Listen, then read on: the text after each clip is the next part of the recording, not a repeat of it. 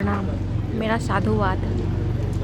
मैं परसों पटना से रांची आई हूँ सिर्फ़ और सिर्फ साफ श्री के लिए। कल मैं पहुँची और पल्स हॉस्पिटल के पास मैं रुकी। मैं वहाँ पर जो वहाँ भाई लोग बैठे थे उन लोगों से मैं बात करी तो वो बोले कि साहब श्री तो वेंटिलेटर पे हैं, आप कैसे मिल सकती हैं उनसे। फिर हम लोग वहाँ से ऑटो पकड़ के 10 गुरु बहन लोग थे, हटिया के लिए हम लोग आने लगे। एक सेकंड के लिए क्या कहें, मेरा आँख जो है ना झपा और क्या देख रही हूँ कि साहब के नाक में जो है रुई लगी हुई है और उजला जो कपड़ा पहन के पूरा फूल सजा हुआ है। मैं अपनी गुरु बहन लोग को बोली कि आज तो मैं किसी कीमत पे नहीं जाऊंगी, क्योंकि ये चीज़ मैं देखी हूँ और उसके बाद मेरे में इतनी शक्ति नहीं है कि मैं उन्हें छोड़ के जाऊं।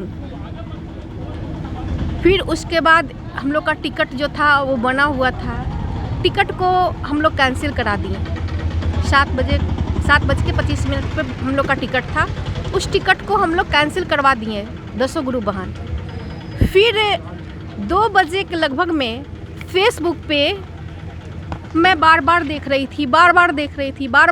थी। मेरी गुरु बहन लोग पूछ रही थी कि आखिर क्या देख रही हैं। हमको बोले क्या कि देखिए वो साहब जो है ना साक्षात शिव हैं, और 1 बजे के बाद 5 बजे तक बीच में ब्रह्म मुहूर्त होता है।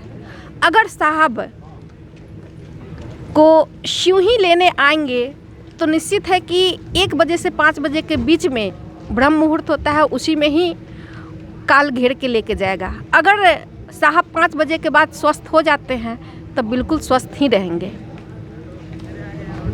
3:30 के लगभग में बार मैं फेसबुक देख रही थी, व्हाट्सअप देख रही थी, लेकिन कुछ समझ में ही नहीं रहा था, कुछ इन्फॉर्मेशन ही नहीं मिल रहा था।